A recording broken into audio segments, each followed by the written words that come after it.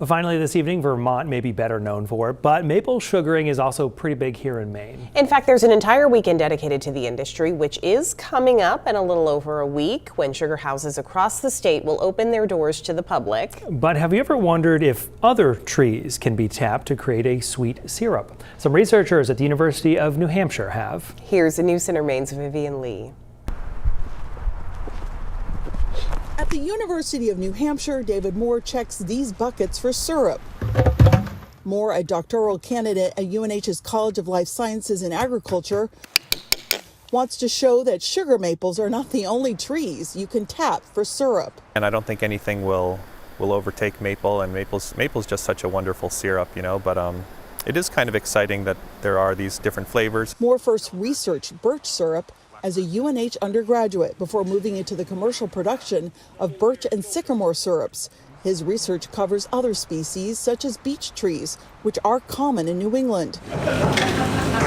Maine's maple syrup season extends to mid-April due to the freeze-thaw cycle.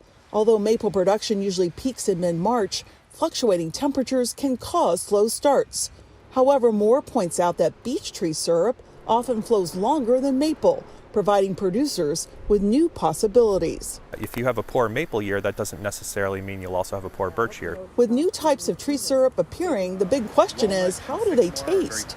Moore gave us some samples. This is paper birch syrup. He says these non-maple syrups like Norway maple and black walnut have flavors that range from a hint of honey to more earthy and bold tastes. Each one is different from traditional maple syrup.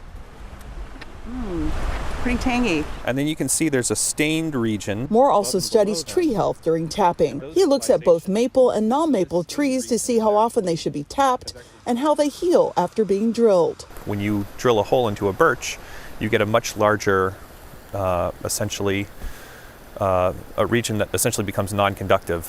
So with that in mind, you may want to tap birches a little bit more conservatively. Moore's research will provide new guidelines for tapping and making syrup from non-maple trees.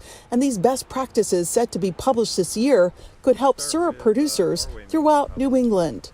In Durham, New Hampshire, Vivian Lee, News Center, Maine.